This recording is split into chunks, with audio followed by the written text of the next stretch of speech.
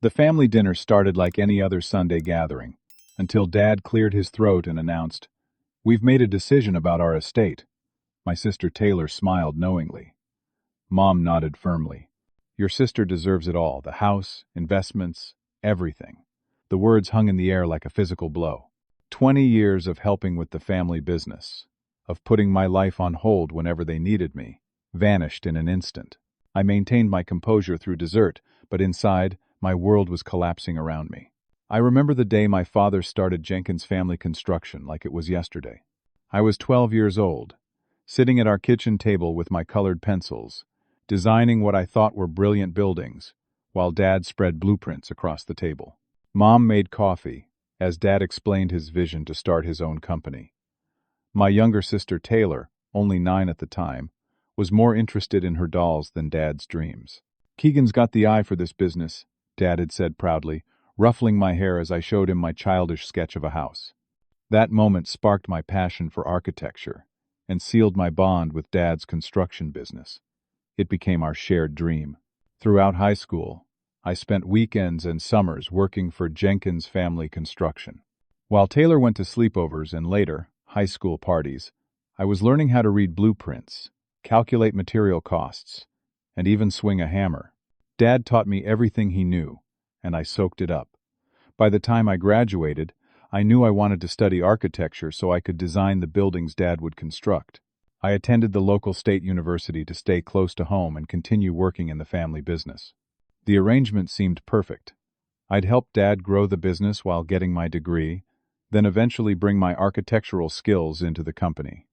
We'd be unstoppable, Dad said. A full-service operation, design and build, under one family roof. Taylor, meanwhile, got accepted to an expensive private college 3 states away. Mom and Dad were so proud, pulling money from their retirement funds and taking a second mortgage on our family home to pay her tuition. I never complained.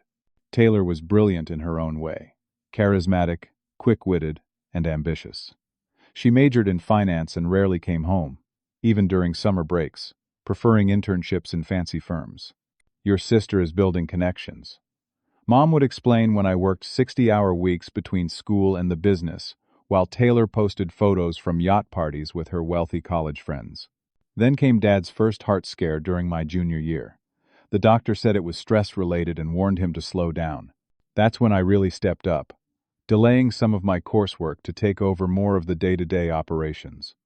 I learned to handle client meetings, manage job sites, and file permits. Our family home, a beautiful colonial that Dad had built himself 20 years earlier, became our unofficial office when Dad needed to rest. That house meant everything to our family. It sat on a gorgeous half-acre lot in the best neighborhood in town, with 4 bedrooms and a stunning wraparound porch.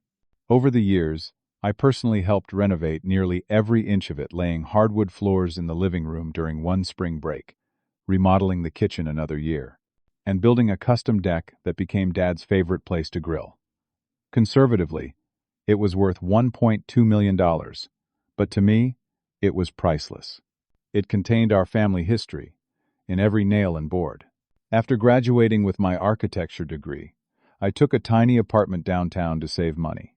The plan was to work in the family business for 5 more years, then use my portion of the business profits to start my own architecture firm that would partner with Jenkins Construction. Mom and Dad seemed fully supportive of this plan. "All this hard work will come back to you someday," Mom had promised, squeezing my hand after I spent an entire weekend helping them prepare for a major client presentation while fighting a nasty flu. Taylor graduated with her finance degree and landed a job at an investment firm in Chicago. She met Jake, a marketing executive, at a conference, and they had a whirlwind romance culminating in a lavish wedding that, again, Mom and Dad paid for by taking out a home equity line of credit. I designed a custom pergola for the backyard ceremony and spent weeks making sure everything was perfect for Taylor's big day. After the wedding, Taylor and Jake moved back to our hometown when she claimed to miss family. They bought a condo downtown, and Taylor started dropping by the family business occasionally, showing sudden interest in our finances. Dad was thrilled to have both daughters involved, though Taylor's contribution mostly consisted of suggestions about restructuring and occasional client schmoozing. Which brings me to that fateful Sunday dinner. We gathered as usual, Mom, Dad, Taylor, Jake, and me. Taylor had been unusually secretive and excited for weeks. During the main course, she finally shared her news. "I'm pregnant," she announced, beaming at Jake. Everyone erupted in celebration. Mom cried. Dad popped champagne, sparkling cider for Taylor. I hugged my sister genuinely, thrilled at the prospect of becoming an aunt. Then came dessert, and Dad's announcement about the estate. "Your sister deserves it all," Mom explained gently after dropping the bombshell.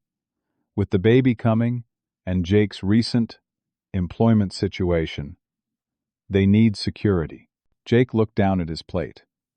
Apparently, he'd been laid off from his marketing position 2 weeks earlier. "We've decided to transfer the house and the business to Taylor," Dad continued. "She has the financial background to handle it all, and now she'll need a stable home for her family." I sat there stunned, my slice of apple pie untouched. "What about the plan for my architecture firm?" I finally managed to ask, my voice barely above a whisper. "We've set aside $20,000 for you, sweetheart," Mom said, as if that would make everything okay. "Think of it as a thank you for all your hard work." $20,000. After 20 years of devotion to a family business worth at least $2 million, not counting the house. I looked at Taylor, expecting to see some discomfort, some acknowledgement of the unfairness. Instead, she smiled serenely, one hand resting protectively over her still flat stomach. "I promise I'll take good care of everything, Keegan," she said. "The baby will grow up in the family home, and the business will stay in the family. Isn't that what matters most?" I didn't know what mattered anymore. My future had just disappeared in the time it took to serve dessert. The drive back to my apartment passed in a blur. I called my best friend Alyssa the moment I got home, my hands shaking so badly I could barely hold the phone. They gave her everything. I sobbed after explaining the situation. 20 years of my life, Alyssa. 20 years. "That can't be legal," Alyssa said firmly. "There's got to be some mistake. You built that business with your dad. You physically helped build that house." They said it was their decision to make. I sank onto my sofa, emotionally exhausted. "And you just sat there and took it?" Alyssa's outrage came through clearly. "Keegan, you need to stand up for yourself. Go talk to them tomorrow when you're calmer. Make them understand what they're doing." She was right. The initial shock had left me paralyzed, but now anger began to replace the numbness. I spent a restless night drafting what I would say, rehearsing rational arguments about fairness, contribution, and broken promises.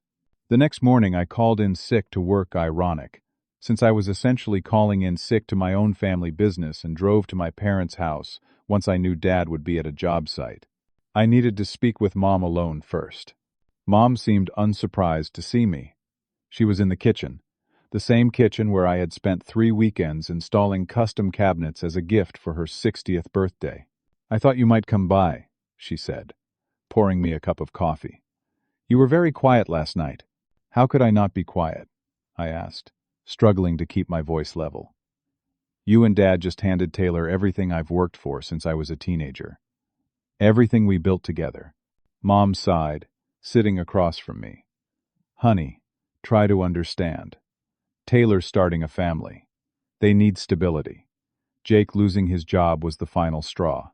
And what about my stability? My future?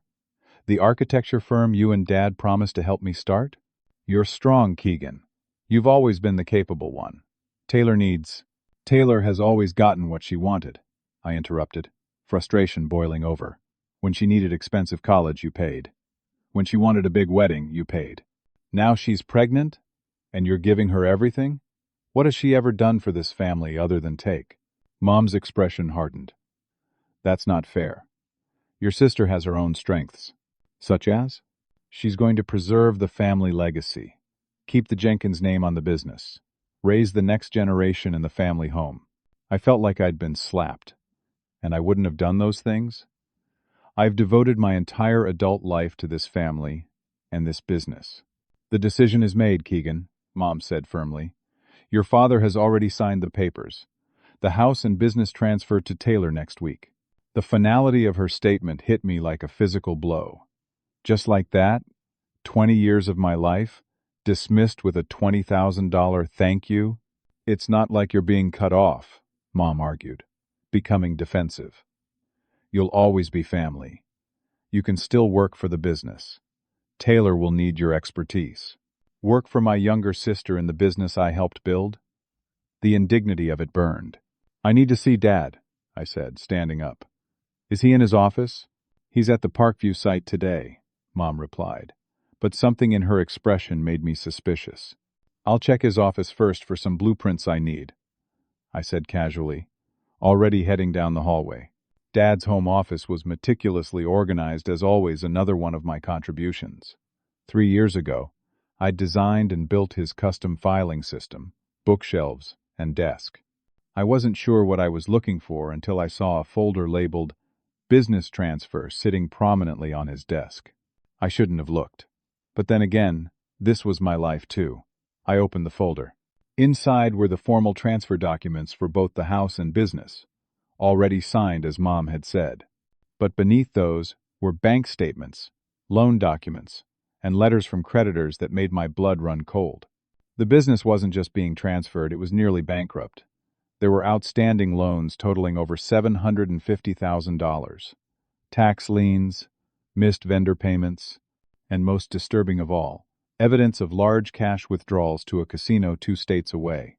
My father, the pillar of responsibility in my life, had been gambling and losing badly. I was still processing this discovery when I heard the front door open and close. "Mom?" came my father's voice. "Is that Keegan's car out front?" I quickly replaced the folder and stepped out of the office, my mind racing. Dad looked tired, older than his 65 years. "Keegan," he said, clearly uncomfortable. "Your mother called me, said you were upset about our decision." "Upset doesn't begin to cover it, Dad," I replied. "But I think there's more going on here than just the baby and Jake losing his job, isn't there?" Dad's face paled slightly. "What do you mean?" "The business isn't doing well," I said, watching him carefully. "Is that why you're really transferring everything to Taylor? Because of her finance background? A flash of something relief, perhaps?" Crossed his face. "You've always been perceptive. Yes, we've hit some rough patches. Construction is cyclical, you know that. Taylor has connections in banking. She can restructure things, get us back on solid ground." He was hiding something, but I decided not to confront him about the gambling yet. "And the house? Why give away our family home?" Dad rubbed his face wearily. "It's complicated, Keegan. There are financial considerations. Taylor and Jake will take care of your mother and me. We'll continue living here. Nothing really changes. Except everything had changed. My parents were hiding severe financial problems while handing everything to Taylor under the guise of helping her start a family, and they'd left me completely in the dark. "The $20,000, I said slowly, realization dawning. "That's not a thank you. That's a payoff to keep me from contesting the transfer, isn't it?" Dad couldn't meet my eyes. "It's what we can afford right now, sweetheart. Once Taylor straightens out the business finances, there might be more." "Does Taylor know about the business problems?" "About." I nearly said the gambling, but caught myself. "She knows we've had some difficulties," he admitted. "She's been helping me review the books for the past few months." So Taylor had known all along. While I was running job sites and managing clients, she'd been going through the finances with Dad, positioning herself as the savior. I left my parents' house that day, with more questions than answers. The betrayal had layers I was only beginning to understand. But one thing was clear. The family dynamic I'd trusted my entire life had been built on shifting sand. The next morning, I called Brian Foster, the accountant who had handled the Jenkins family construction books for years. I'd known Brian since I was a teenager, and he'd always been straight with me. "I need to understand what's happening with the business finances," I told him when we met at his office. "And I need the truth." Brian looked uncomfortable. "Keegan, you know I can't discuss your father's finances without his permission." "I've been running half that business for years," I countered. "And suddenly I discover we're on the brink of bankruptcy? Dad's transferring everything to Taylor. I deserve to know what's going on." Brian sighed, removing his glasses to clean them, a nervous habit I recognized. Your father hasn't been making the best decisions lately, he finally admitted. It started about 2 years ago, after that big Westridge development deal fell through. The condo project? Dad told me the client just changed their mind. Brian shook his head. Your father made some costly errors in the bid. Underestimated expenses by nearly 30%. When he realized the project would operate at a loss, he tried to renegotiate, but the client walked. That was a $3 million contract, Keegan. I sat back, stunned. Why didn't he tell me? Pride, I suppose. After that, he started. Taking risks. Trying to make back the money quickly rather than rebuilding slowly. The casino withdrawals? I said quietly. Brian's eyebrows shot up. You know about those? I saw some statements. How bad is it? Brian hesitated, then seemed to make a decision. He pulled out a file and spread several documents before me. The business owes approximately $750,000 to various creditors.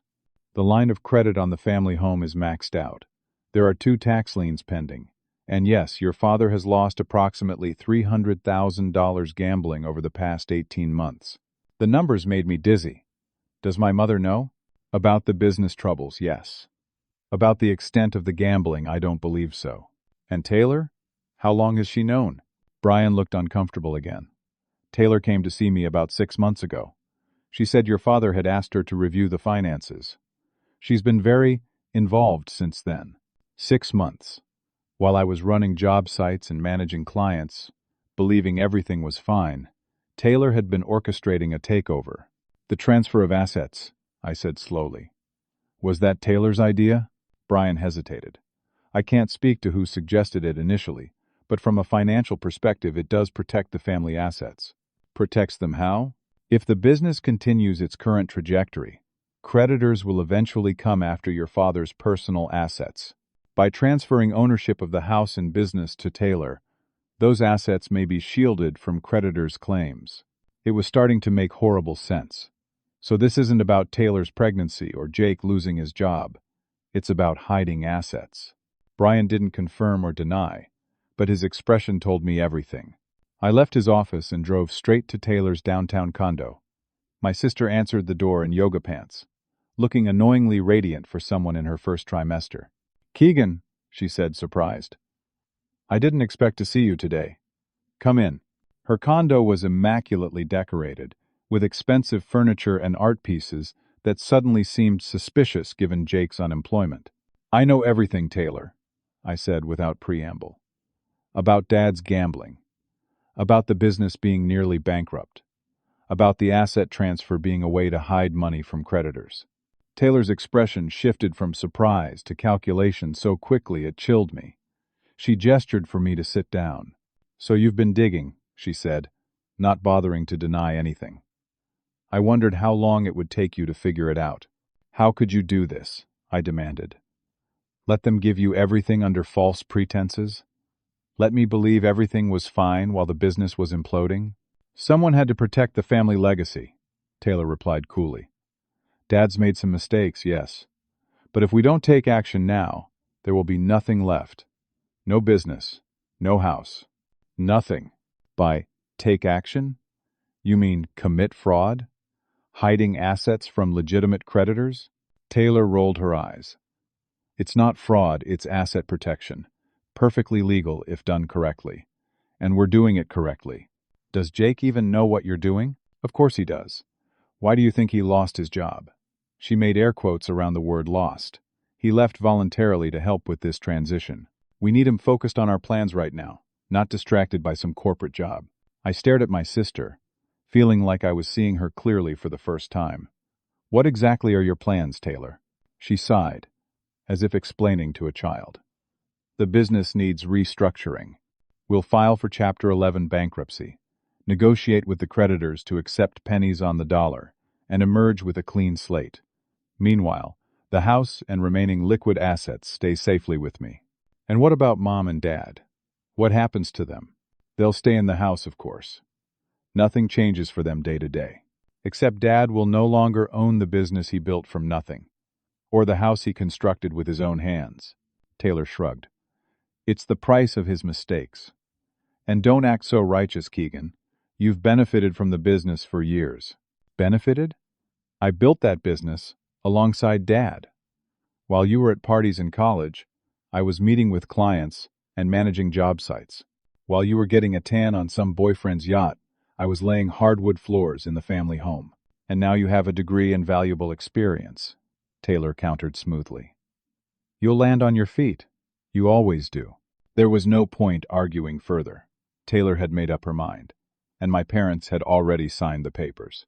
For their sake, to protect them from creditors and further financial ruin, I would have to accept the situation, at least temporarily. Fine, I said, standing up. Do what you think is best, but don't expect me to pretend I'm okay with any of this. You'll come around, Taylor said confidently. Family sticks together, right? The irony of her statement wasn't lost on me. Over the next few weeks, I threw myself into job hunting. If I couldn't have my family architecture firm, I'd find another path. I updated my portfolio, reached out to contacts, and applied to firms across the country. The transfer of assets went through as planned. Taylor became the official owner of Jenkins Family Construction and our family home. To the outside world, nothing changed. Dad still went to work, Mom still tended her garden, and I still managed projects. But everything felt hollow, built on deception and betrayal. Then, on a rainy Tuesday, I received two pieces of news that changed everything again. The first was a job offer from Westmore Architects, a prestigious firm in Seattle. They were impressed with my portfolio and experience, offering a substantial salary and creative freedom on significant projects. It was the opportunity of a lifetime 3,000 miles away from my family's drama. The second piece of news came from my father during a rare moment alone at a job site. Taylor and Jake are moving to London, he said quietly, checking that no one could overhear. Jake's been offered a position with an international marketing firm. They leave next month. I froze in the middle of reviewing blueprints. London? But what about the business? The house? Their supposed plan to protect the family legacy? Dad looked away. Taylor says she can manage everything remotely. Modern technology and all that. And the baby? I thought the whole point was to raise your grandchild in the family home. Dad had no answer, and his silence spoke volumes. We both knew we'd been manipulated, but he wasn't ready to admit it yet. That evening, I accepted the job in Seattle. It was time to start fresh, away from the wreckage of broken promises and family deception. 1 month after accepting the Seattle position, I was packing my apartment and preparing for my cross-country move. Taylor and Jake had departed for London with minimal fanfare, a small family dinner where Taylor spoke excitedly about international opportunities and promised to stay on top of things back home. Mom cried at losing her chance to be a hands-on grandmother. Dad looked worried but said nothing. I was taping up a box of kitchen items when my phone chimed with a text from Mom. The mortgage payment is due tomorrow. Bank called. Do you know how to access Taylor's accounts? I stared at the message in disbelief. Had Taylor not set up automatic payments before leaving? I called Mom immediately. What's going on? I asked when she answered. I'm not sure, Mom said, her voice tight with anxiety. The bank called about the mortgage payment. Your father tried calling Taylor, but she's not answering. Something about time zones and meetings. Didn't she set up automatic payments before she left? Apparently not. And your father can't find any of the banking information. Taylor handled everything before she left. A sick feeling settled in my stomach. I'll be right over. I found my parents sitting at the kitchen table, surrounded by papers, looking overwhelmed and confused. Dad seemed to have aged 10 years in the past month. Let me see what you have, I said, sitting down with them. What followed was a disturbing discovery process. Not only had Taylor failed to set up mortgage payments, but she had also taken out an additional home equity line of credit just before leaving. The family business account had been nearly emptied, with just enough left to cover one more payroll period. Vendors were calling about unpaid invoices, and clients were confused about project timelines. I don't understand, Mom kept saying. Taylor promised she would handle everything. Dad sat silently, staring at his hands. Have you been able to reach her at all? I asked. She sent a text yesterday saying she was in meetings all day. Mom replied. Said she'd call this weekend to check in. I pulled out my phone and called Taylor directly. The call went straight to voicemail. I sent a text. Parents can't make mortgage payment. Business accounts nearly empty. Call as soon as possible. 3 hours later, I received a reply. Handling some unexpected issues with the move. We'll wire money for mortgage tomorrow. Everything's fine. But everything wasn't fine. When I checked the business bank records Dad had managed to access, I discovered systematic withdrawals over the past 3 weeks, culminating in a large transfer to an international account 2 days after Taylor and Jake left for London. Dad, I said carefully, I think you need to consider the possibility that Taylor doesn't intend to manage things remotely. I think she and Jake may have taken the money and run. No, Mom interjected firmly. Taylor wouldn't do that. She's family. Dad remained silent, his expression unreadable. Then where's the money? I asked gently. Why isn't she answering calls? Why did she empty the accounts right after leaving the country? There must be an explanation, Mom insisted, but her voice wavered. The mortgage payment deadline came and went with no wire transfer from Taylor. My calls continued to go to voicemail. Dad finally tried calling Jake's parents, only to learn they were also confused. Jake had told them he was taking a position in Tokyo, not London. While helping Mom organize the home office in search of any banking information Taylor might have left behind, I discovered something that confirmed my worst suspicions, a folder containing medical records. Taylor's most recent gynecological exam, dated just 2 weeks before her pregnancy announcement, clearly stated patient confirms she is not currently attempting to conceive and wishes to renew contraceptive prescription. Taylor had never been pregnant. Further digging revealed emails between Jake and his former employer, showing he hadn't been laid off, he'd resigned to pursue entrepreneurial opportunities with a generous severance package. The entire story they'd fed my parents, the pregnancy, the job loss, the need for security, had been fabrication designed to facilitate their asset grab before disappearing. When I gently presented this evidence to my parents, the reactions were painful to witness. Mom collapsed into tears of betrayal and disbelief. Dad, however, simply nodded, as if some long-held suspicion had been confirmed. I knew something wasn't right, he finally said. The questions she asked about the business, the way she encouraged my recreational activities. He couldn't bring himself to say gambling. You need to call the police, I said. This is fraud and theft. Dad shook his head. And tell them what? That I willingly signed over my assets to my daughter? That I hid money from creditors? That I gambled away company funds? We'd all end up in legal trouble. He was right, and that realization made the situation even more hopeless. My parents had become unwitting accomplices in their own destruction. That evening, I postponed my flight to Seattle and called Westmore Architects to request a 2-week delay in my start date, citing a family emergency. They were understanding, but emphasized they couldn't hold the position indefinitely. In the following days, the situation deteriorated further. Without access to business accounts, Dad couldn't pay his employees. 2 critical projects stalled. Suppliers refused deliveries without payment. The bank sent a formal notice about the missed mortgage payment, threatening foreclosure if the situation wasn't remedied. Mom stopped gardening and barely left her bedroom. Dad's health began to suffer from the stress. His blood pressure spiked dangerously, resulting in a minor heart attack that landed him in the hospital for 3 days. Sitting beside his hospital bed, watching his labored breathing, I made a decision. I couldn't abandon my parents the way Taylor had, even if it meant sacrificing my dream job in Seattle. They had made terrible mistakes, shown poor judgment, and even favored Taylor unfairly. But they were still my parents. They needed me now more than ever. I called Westmore Architects and explained I couldn't take the position due to a family health crisis. The disappointment in the hiring manager's voice was palpable, but there was no other choice. While Dad recovered in the hospital, I spent every waking hour trying to unravel the mess Taylor had created. I contacted the bank, explained that my sister had fraudulently taken out loans, and requested temporary forbearance on the mortgage payments. I spoke with business clients, promising to personally oversee their projects despite the company's uncertain future.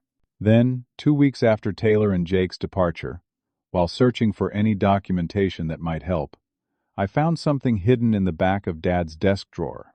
A flash drive, labeled Taylor divided by Jenkins construction docs. The contents made my blood boil. There were meticulous notes detailing every step of Taylor's plan, spanning back 8 months. Bank account numbers for offshore accounts. Research on countries with limited extradition treaties. A checklist titled Asset Liquidation Timeline. And most damning of all, practice sheets where Taylor had repeatedly traced Dad's signature until she could replicate it perfectly. This wasn't opportunistic theft. It was a calculated, long-con swindle of our own family. That night, Dad was released from the hospital. As he settled weakly into his recliner, I showed him what I'd found. "She planned this for months, Dad," I said gently. "None of this was about helping the family or protecting assets from creditors. This was about stealing everything and disappearing." Dad looked at the evidence, his face gray with exhaustion and betrayal. "I wanted to believe she was trying to help," he whispered, "even when things didn't make sense." "I know," I said, taking his hand. "We all did." Mom joined us, her eyes red from crying. "What do we do now? We have no money, no business. We're about to lose our home." For the first time in weeks, I felt a strange sense of clarity and purpose. "We fight back," I said firmly. "Taylor thinks she's won, but she's underestimated us. Underestimated me." "How?" Dad asked. "She's taken everything." "Not everything," I replied. "She took the paper assets, the bank accounts, the legal ownership. But I have something she doesn't. 20 years of knowledge about this business, relationships with clients and vendors, and most importantly, the truth about what she's done." My phone chimed with a text. "Speak of the devil, it was Taylor. Stop calling. I'm busy settling in. I'll handle things when I can. Mom and Dad will be fine." I showed my parents the message, then typed a response. "We know everything. The fake pregnancy, Jake's voluntary resignation, your signature practice sheets, the offshore accounts, every detail of your plan." For 10 long minutes, there was no response. Then, "You can't prove anything. Everything was done legally. I suggest you move on with your life and stop bothering me." I looked up at my parents, their faces showing a mixture of heartbreak and dawning anger. "Are you with me?" I asked them. "If we're going to fix this, we all need to be honest and work together. No more secrets, no more denial." Mom reached for Dad's hand, then mine, forming a circle of resolve. "We're with you," she said firmly. "Whatever it takes." The next morning, I woke up in my childhood bedroom, having spent the night at my parents' house, or rather, what was now legally Taylor's house. The familiar ceiling and walls brought back memories of simpler times, when I believed hard work and family loyalty would eventually be rewarded. Dad was already at the kitchen table, looking better after a night's rest, but still frailer than I'd ever seen him. Mom was making pancakes, her way of creating normalcy in the midst of chaos. "We need to talk about next steps," I said, joining them. "We have some hard decisions to make." Over breakfast, we laid out our situation in stark terms. The mortgage payment was now 15 days overdue, with the bank threatening to begin foreclosure proceedings. The business had no accessible funds to pay employees or vendors. Dad's gambling debts had attracted the attention of some unsavory characters who had begun making threatening phone calls. Taylor and Jake remained in London, ignoring most messages, except for occasional taunting texts. My Seattle job opportunity was gone. "First," I said, "we need legal advice. This isn't something we can handle on our own." Dad looked away, ashamed. "We can't afford a lawyer, Keegan. We can barely afford groceries right now." "I have savings," I said. "Not much, but enough for an initial consultation." Mom shook her head. "We can't take your money.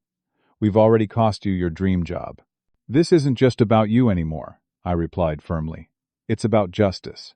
And besides, that house and business are partially mine too, and sweat equity if nothing else." That afternoon, I met with Patricia Lawson, a lawyer specializing in family fraud cases. I laid out everything: the asset transfers, Taylor's elaborate deception, the emptied accounts, and my father's gambling problems. This is a complex situation, Patricia said after listening carefully. The fact that your father willingly signed over the assets complicates things. And if the transfers were partly motivated by hiding assets from creditors, that creates additional legal problems. So there's nothing we can do? I asked, my heart sinking. I didn't say that, she replied. There are several potential avenues to explore. First, if we can prove Taylor obtained the signatures through deception or coercion, we might be able to void the transfers. Second, if she forged any signatures, that's criminal fraud. Third, the timing of the transfers might make them voidable as fraudulent conveyances if done to avoid legitimate debts. A glimmer of hope emerged. What do you need from us? Everything. Bank records, transfer documents, communication records, evidence of the deception, and most importantly, a timeline of events. The more documentation, the better. I left her office with a mission and a hefty retainer agreement charged to my nearly maxed-out credit card. Patricia couldn't promise success, but she could promise a fight, and that was all I needed. When I returned home, I found Dad huddled over the kitchen table with a stranger, a tough-looking man with tattoos peeking from under his shirt sleeves. "Keegan," Dad said nervously.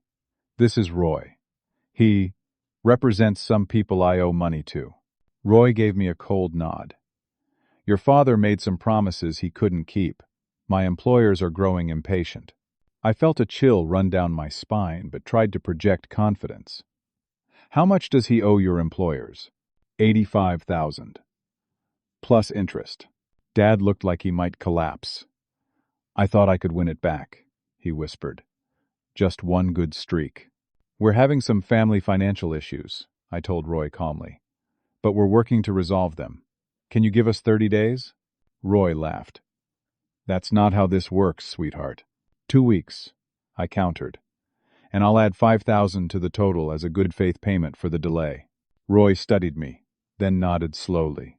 2 weeks. After that, things get unpleasant. He left without another word. Mom appeared from the hallway, trembling. "Who was that man?" "Just another problem we need to solve," I said, trying to sound more confident than I felt. "Dad, we need to talk about the gambling. All of it." That night, Dad finally unburdened himself completely. The lost bids, the mounting business debts, the desperate attempts to recover through gambling, the shame that kept him hiding everything from me. Taylor discovering his secret and offering to help by taking over the finances. Her suggestion to transfer assets to protect them from creditors. Her increasing control over every aspect of the business. I was weak, Dad admitted, tears streaming down his face. I was ashamed to admit I'd failed after building something I was so proud of. When Taylor offered a solution that seemed to fix everything, I grabbed it like a drowning man. "We both did," Mom added. "We wanted to believe her." "And me?" I asked quietly. "Where did I fit in all this?" They exchanged glances, unable to answer. The truth was painful. They had taken me for granted, assuming I would always be there. Always loyal, always willing to sacrifice. "We've made terrible mistakes," Dad finally said. "With the business, with Taylor, but especially with you, Keegan. I don't know if you can ever forgive us, but I'm so sorry." It wasn't enough, not yet, but it was a start. The next day brought another crisis. An eviction notice on the front door. Taylor, now the legal owner of the house, had initiated eviction proceedings against my parents. "She can't do this," Mom cried, clutching the notice. "This is our home." But she could, and she had. The notice gave them 30 days to vacate the premises. That same afternoon, Dad's doctor called with his latest test results. The stress had caused more damage to his heart. Without proper medication, rest, and reduced stress, he risked a major heart attack. I sat alone in my car for an hour after receiving all this news, trying to process the cascading disasters. My father's health was deteriorating. My parents were about to be homeless. Gambling debts threatened our safety. The family business was collapsing, and my own future and savings were being drained away. For a brief, dark moment, I considered walking away from it all, taking what little money I had left, and starting over somewhere new. But then I remembered the flash drive with Taylor's meticulous plans, the years of my life invested in the family business, and the home I had helped build and renovate with my own hands. This wasn't just about money or property anymore. This was about justice, about not allowing Taylor's calculated betrayal to stand, about fighting for what was right, even when the odds seemed impossible. I called Patricia Lawson and updated her on the eviction notice. "This might actually work in our favor," she said surprisingly. "It demonstrates malicious intent. Taylor promised your parents could continue living in the house, then immediately moved to evict them once she was safely out of the country. It strengthens our fraud case." "But they only have 30 days, I pointed out. "We'll file for an emergency injunction to halt the eviction while our case proceeds," Patricia assured me. "Judges tend to be sympathetic in cases involving elderly homeowners being evicted by family members, especially when health issues are involved." Next, I called Brian, the accountant. "I need everything you have on the business finances for the past 2 years. And I mean everything, including any communications with Taylor." "Keegan, I'm not sure I should." "Brian," I interrupted, "you've known my family for 20 years. You know I practically ran that business with Dad. Did you really believe Taylor suddenly developed an interest in construction after showing zero involvement for her entire life? Or did you suspect something wasn't right?" His silence was answer enough. "Help me fix this," I said more gently. "If not for Dad, then for all the employees about to lose their jobs because of Taylor's theft." He sighed. "Come by tomorrow morning. I'll have everything ready." That night, as I reviewed the mountain of financial documents I'd gathered so far, I discovered something interesting. A reference to an old family trust established by my grandfather before his death. I vaguely remembered Dad mentioning it years ago, but it had never seemed important. I made a note to check county records in the morning. Maybe, just maybe, there was something there that could help our case. Exhausted but determined, I sent one more text to Taylor. "Eviction notice received. You promised Mom and Dad could stay in their home. Your true colors are showing." Her reply came minutes later. "Not my problem anymore. They chose me, remember? Maybe you should have been the favorite daughter." Her callousness steeled my resolve even further. This wasn't just about recovering assets anymore, it was about exposing Taylor's true nature and making her face consequences for her actions. As I finally drifted off to sleep, a plan was forming in my mind. Taylor thought she had won. She thought she had taken everything. But she had overlooked something critical. She had taken my parents' assets, but not my skills, knowledge, or determination. And unlike her, I was willing to fight not just for myself, but for what was right. The next morning, I rose early with newfound purpose. This was no longer about accepting a bad situation. It was about fighting back systematically and strategically. I created a detailed action plan with 3 main objectives. Stop the immediate threats, gather evidence of Taylor's fraud, and rebuild what we could of the family legacy. My first stop was the county records office, where I requested any documents related to the Jenkins family trust established by my grandfather. After an hour of searching through dusty archives, an elderly clerk emerged with a thick folder. "Found it," she said triumphantly. "Established 1978, amended 1992, never formally dissolved." I scanned the documents eagerly.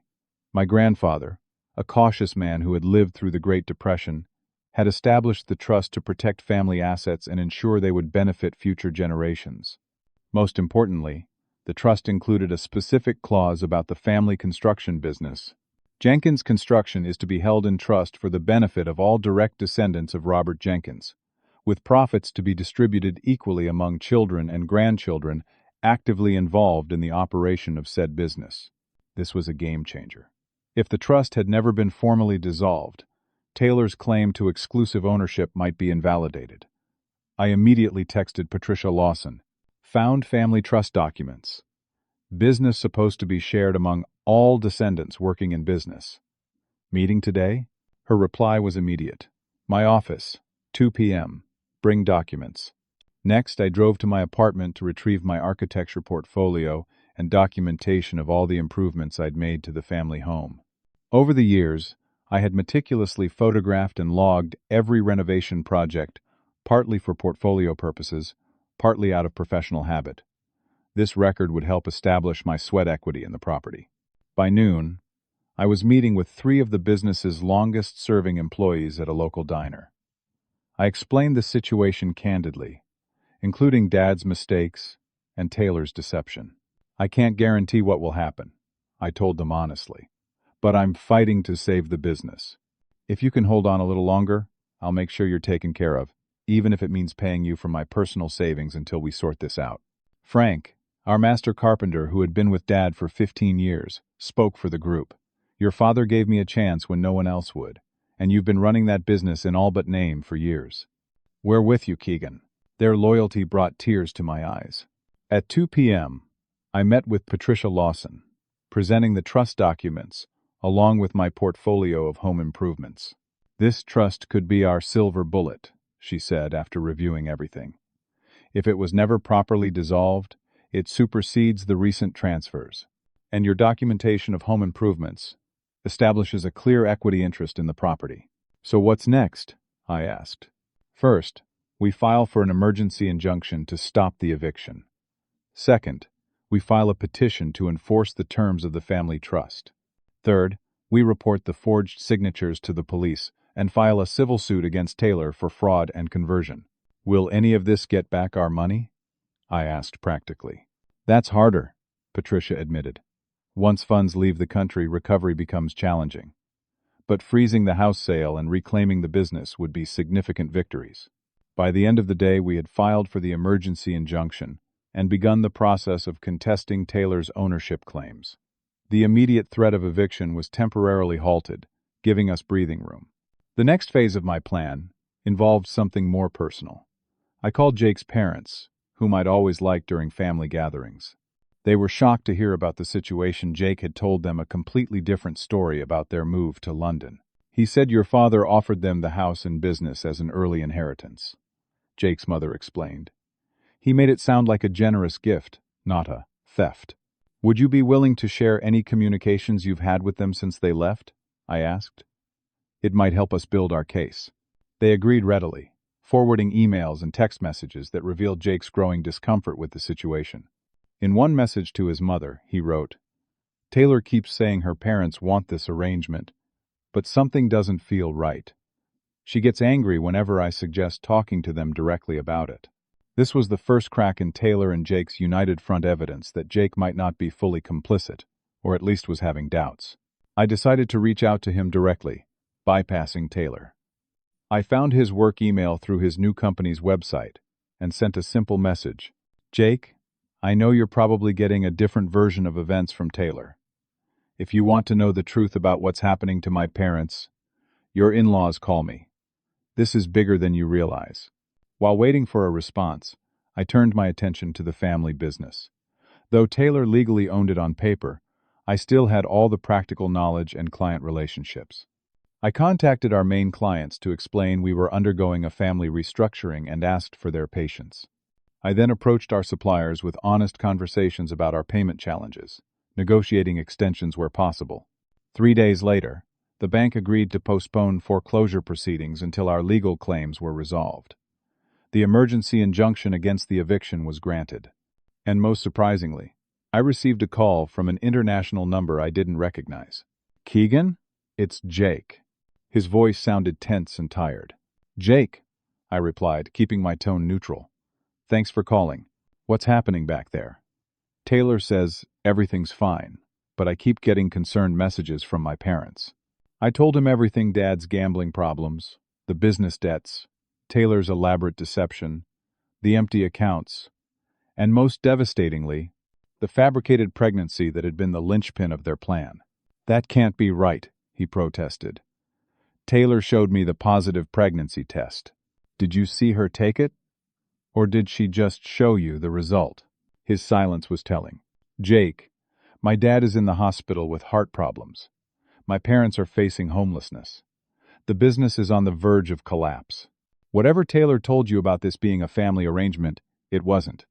This was calculated fraud. I need to think about this, he said finally. If what you're saying is true, check your joint accounts, I suggested. See if the money is where you think it is. And ask yourself, If everything was above board, why did Taylor need to practice forging Dad's signature? 2 days later, Jake called again. His voice was different, harder, angrier. "You were right," he said without preamble. "I found her files, the fake medical records, the signature practice sheets, and the money. Most of it's gone, Keegan. Transferred to accounts only in her name." My heart raced. "Jake, we need your help. Your testimony could be crucial in reversing what she's done." There was a long pause. "I'm leaving her," he finally said. "Coming back to the States next week. And I'll help however I can. This isn't the woman I thought I married." This was the break we needed. With Jake's cooperation, we could provide definitive evidence of Taylor's fraudulent intent and potentially track down some of the missing funds. The pieces were finally falling into place. Patricia filed additional motions based on the trust documents, arguing that Taylor's exclusive claim to the business violated my grandfather's explicit wishes. The police opened an investigation into the forged signatures. And with Jake's testimony about the fake pregnancy, we strengthened our case for fraud. I spent every spare moment rebuilding the business operations. With access to some emergency funds Patricia helped us secure, we resumed work on critical projects. I personally visited each job site, reassuring clients and inspecting progress. Slowly, the business began to stabilize. Dad started attending Gamblers Anonymous meetings and working with a financial counselor. Mom began to regain her spirit, tending her garden again and helping organize our legal documents. They both apologized repeatedly for their blindness to Taylor's manipulation and their unfair treatment of me. "We took you for granted," Mom admitted one evening as we reviewed trust documents. "We always knew you would be there, always dependable. Taylor was the one who needed more attention, more help, more everything. We never stopped to question why we treated you so differently, or to appreciate everything you contributed," Dad added. "I'm so sorry, Keegan. I hope someday we can make it right." It wasn't quite forgiveness yet. That would take time, but it was a start toward healing. Then, 6 weeks into our legal battle, I received a text from Taylor. "I hear Jake's betrayed me." "Fine. But you're wasting your time. What's done is done. I'm keeping everything." I smiled grimly at her overconfidence and typed a response. "Check your email. You might want to reconsider that position." In her inbox was a comprehensive overview of our legal strategy. Jake's signed affidavit about her deception, copies of the trust documents, evidence of the forged signatures, and a formal settlement offer prepared by Patricia. Her response came hours later. "This changes nothing. You'll spend years in court and thousands in legal fees." I'm still winning, but her bravado was hollow. With Jake's testimony, the trust documents, and mounting evidence of fraud, our position strengthened daily. The judge overseeing our case expressed clear concern about Taylor's actions, particularly the sudden eviction attempt after promising our parents could remain in their home. One morning, as I was reviewing construction plans for an ongoing project, I received an unexpected call from Jake. "I found something," he said without greeting. Taylor kept a backup drive with all her financial records, including access information for the accounts where she transferred the money.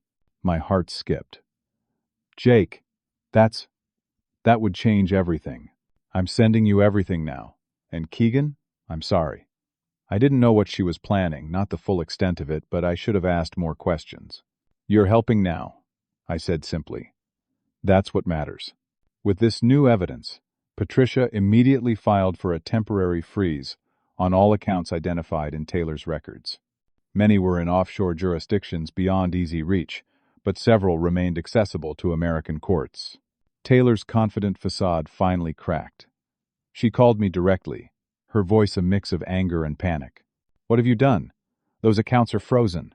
"We're just getting started," I replied calmly. "The settlement offer still stands. Return control of the house and business. Return the money you stole, and we won't pursue criminal charges." "You're bluffing. You need me to sign off on any changes to ownership now."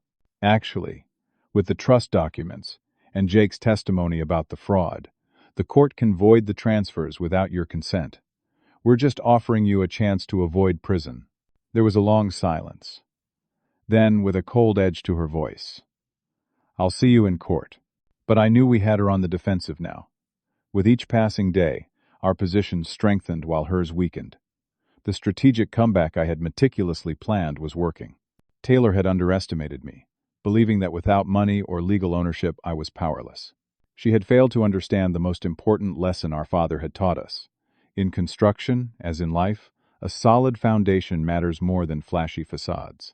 She had built her scheme on deception, while I was rebuilding our family's future on truth, loyalty, and perseverance. The final confrontation was approaching, and for the first time since that fateful family dinner, I felt confident we would emerge victorious. The courtroom was silent as the judge reviewed the final pieces of evidence in our case against Taylor. After 3 months of legal battles, emergency hearings, and settlement negotiations, we had reached the decisive moment. Judge Eleanor Barnes looked up from the documents, her expression grave. Based on the evidence presented, including the previously undisclosed family trust documents, the testimony of Jacob Wilson, and the forensic financial analysis, this court finds that the transfers of property and business ownership from Gerald Jenkins to Taylor Jenkins Wilson were obtained through fraudulent means and misrepresentation. I squeezed my parents' hands as we sat together at the plaintiff's table. Dad had tears in his eyes.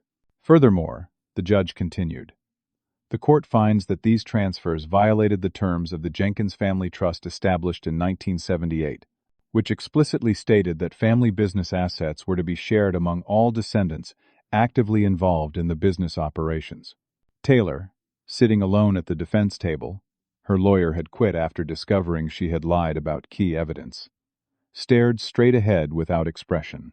Therefore, this court orders that ownership of the family residence at 42 Maple Drive be returned to Gerald and Marianne Jenkins, and that Jenkins Family Construction be placed under the joint ownership of Gerald Jenkins and Keegan Jenkins, in accordance with the original trust specifications. A wave of relief washed over me so powerfully I felt lightheaded. After everything, the betrayal, the fight, the sleepless nights, we had won the most important battle. Regarding the misappropriated funds, Judge Barnes continued, the court orders Taylor Jenkins Wilson to return all funds taken from Jenkins Family Construction accounts, currently frozen in the identified financial institutions, with interest. The defendant will also be responsible for all legal fees incurred by the plaintiffs in this matter. She looked directly at Taylor. Miss Wilson, you should be aware that the district attorney is reviewing this case for potential criminal charges of fraud, forgery, and embezzlement. This court's findings will be made available to their office. Taylor finally showed emotion. A flash of fear crossed her face before her mask of indifference returned. Outside the courthouse, we hugged each other in disbelief and relief. Jake, who had flown back from London to testify, stood awkwardly to the side until I approached him. Thank you, I said sincerely. Without your help, this might have gone very differently. He nodded, clearly uncomfortable. I'm still processing everything. I thought I knew her. We all did, I replied. What will you do now? Start over somewhere new, he said with a sad smile. My parents are helping me get back on my feet. I filed for divorce, obviously. As Jake walked away, Patricia joined our family celebration. Congratulations, she said warmly. Now the real work begins rebuilding what was lost. She was right. Winning in court was just the first step. The house was saved, but the business still faced significant challenges. The frozen accounts would help repay some debts, but not all. And most importantly, we needed to rebuild trust with clients, with suppliers, and with each other. Over the next 6 months, we implemented a comprehensive recovery plan. Dad entered a formal treatment program for his gambling addiction, committing fully to recovery. Mom became the office manager for the construction business, using her organizational skills to bring order to the chaos Taylor had left behind. I took over day-to-day operations of Jenkins Family Construction, implementing modern project management systems and leveraging my architectural expertise to offer expanded design services. We rebranded slightly as Jenkins Design Build, emphasizing our ability to handle projects from concept to completion. With the business stabilizing and my parents secure in their home, I finally had time to reconsider my own dreams. The Seattle opportunity was long gone, but perhaps something even better was possible right where I was. I developed plans for a significant addition to my parents' home, a professional office space, where I could establish my own architectural practice while maintaining close ties to the family business. The design incorporated sustainable features and innovative space utilization that showcased my design philosophy. When I showed the plans to my parents, Dad's eyes filled with tears again, but this time from pride and joy. "This is beautiful, Keegan," he said, studying the renderings. "Better than anything I could have built." "But not better than what we can build together," I replied, meaning it. Despite everything, I still loved working with my father. His craftsmanship complemented my design skills perfectly. We broke ground on the addition in early spring. I documented every step of the process, creating a portfolio piece that would become the cornerstone of my new venture, Jenkins Architectural Design, a sister company to our construction business. As the addition neared completion, an unexpected email arrived from Taylor. I hadn't heard from her since the court ruling 6 months earlier. "I'm coming back to town next week. Can we talk? Just you and me." My first instinct was to refuse, but curiosity won out. We agreed to meet at a neutral coffee shop downtown. Taylor looked different when she arrived, thinner, less polished, with dark circles under her eyes. Gone were the designer clothes and confident stride. She slid into the booth across from me, without making eye contact. "Thank you for meeting me," she said, her voice smaller than I remembered. "Why did you want to see me, Taylor?" I asked directly. She took a deep breath. "I've been in therapy, trying to understand why I did what I did. The therapist suggested making amends might be part of my recovery process." "Amends," I repeated, keeping my face neutral. "That's a big word. I know an apology isn't enough," she continued. "What I did was unforgivable. I betrayed everyone who ever loved me. I threw away my family for money that didn't even make me happy." I studied my sister, trying to gauge her sincerity. "What happened to the money you managed to keep? The accounts we couldn't freeze?" She laughed bitterly. "Gone. Bad investments, mostly. Turns out I wasn't as financially brilliant as I thought. And without Jake, I made a lot of desperate moves. Despite everything, I felt a flicker of pity. What do you want from me, Taylor? Forgiveness? That's going to take time if it comes at all." "I don't expect forgiveness," she said, finally meeting my eyes. "I just want a chance to try to make things right, to see Mom and Dad again, to maybe, someday, be part of the family again." "That's not just my decision," I replied carefully. "You hurt all of us." "I know." She wiped away a tear.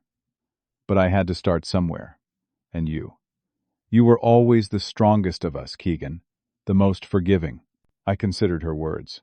"I can't speak for Mom and Dad, but I can tell you they're doing well now. The business is recovering. We're building something new from the wreckage you left behind." Taylor nodded, accepting the implied rebuke. "Can I? Would they see me, do you think?" "That's for them to decide," I said, standing up. "I'll tell them we talked. The rest is up to them and you. Real amends means consistent actions over time, not just words over coffee." I left her there, not out of cruelty, but because true healing for all of us would require more than one emotional conversation. It would take time, honest efforts, and proven change. A week later, the addition to my parents' home was completed. We held a small celebration, inviting close friends, loyal employees, and a few key clients. As we toasted the new space and the rebirth of our family businesses, I felt a deep sense of peace and accomplishment. Dad, looking healthier than he had in years, raised his glass. To Keegan, he said, his voice cracking slightly, "Who saved our home, our business, and our family when we didn't deserve to be saved? Who taught us the true meaning of family loyalty?" Mom added her own toast. "And to new beginnings, to building stronger foundations than before." As the evening wound down, Mom approached me privately. "Taylor called yesterday," she said quietly. "Asked if she could see us." "What did you tell her?" I asked, curious, but not interfering. "That she could come to Sunday dinner. Not to expect immediate forgiveness, but that family means second chances, if those chances are earned through actions, not just words." I nodded, appreciating my mother's wisdom. That sounds fair. Later that night, as I sat alone in my new office space, surrounded by architectural plans for our upcoming projects, I thought about the journey of the past year. The devastating family dinner that had started it all. The betrayal and theft. The fight to reclaim what was rightfully ours. And now, the possibility of eventual reconciliation.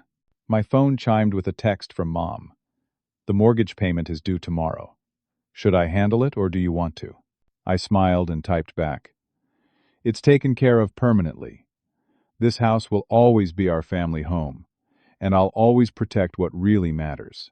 The most valuable lesson from this painful experience wasn't about money or property. It was about recognizing true worth, the worth of loyalty, honesty, and perseverance. The worth of fighting for what's right, even when victory seems impossible. And most importantly, the worth of family bonds that are based on love and respect, not exploitation or entitlement. As I looked out the window at the home I had helped save, I felt not just pride in what I'd accomplished, but hope for what lay ahead.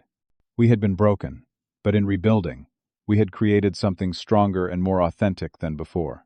Some bridges, once burned, can never be fully restored. But new bridges can always be built by those willing to do the hard work of construction. That's something my father taught me long ago, and something I was finally teaching my family in return. Have you ever had to choose between walking away or fighting for what's rightfully yours? I hope that if you ever face such a decision, you'll find the strength to stand up for yourself, even when it seems easier to give up. Remember that true family supports each other through good times and bad, and recognizes each member's worth. Please share your thoughts in the comments. Like this video if you found it meaningful. Subscribe for more stories of resilience and justice, and share with anyone who might need to hear that sometimes fighting back is the right choice. Thank you for listening to my story, and I hope it brings courage to anyone facing their own battles for justice.